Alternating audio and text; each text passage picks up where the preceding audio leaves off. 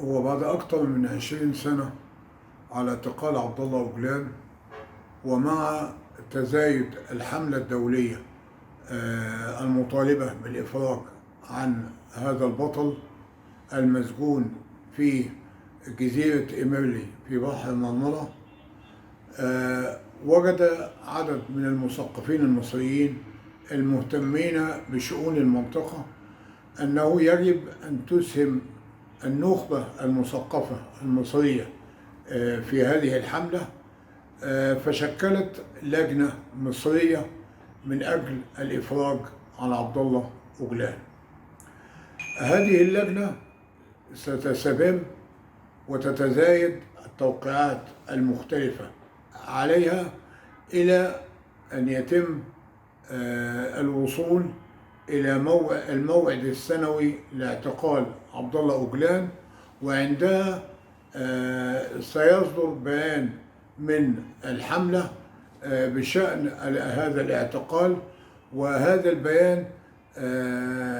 سيتم تسليمه إلى مختلف الدوائر السياسية المعنية بهذا الأمر، منها على سبيل المثال الجامعة العربية ومكتب الأمم المتحدة في القاهرة ومنظمة التضامن الآسيوي والأفريقي إلى آخره، على أساس أنه ليس من الملائم أن تكون هذه الحملة العالمية ألا يشارك فيها مصريون ويكونون حملة باسم الحملة الدولية للإفراج عن عبد الله أوغلان، على أساس أن عبد الله أوغلان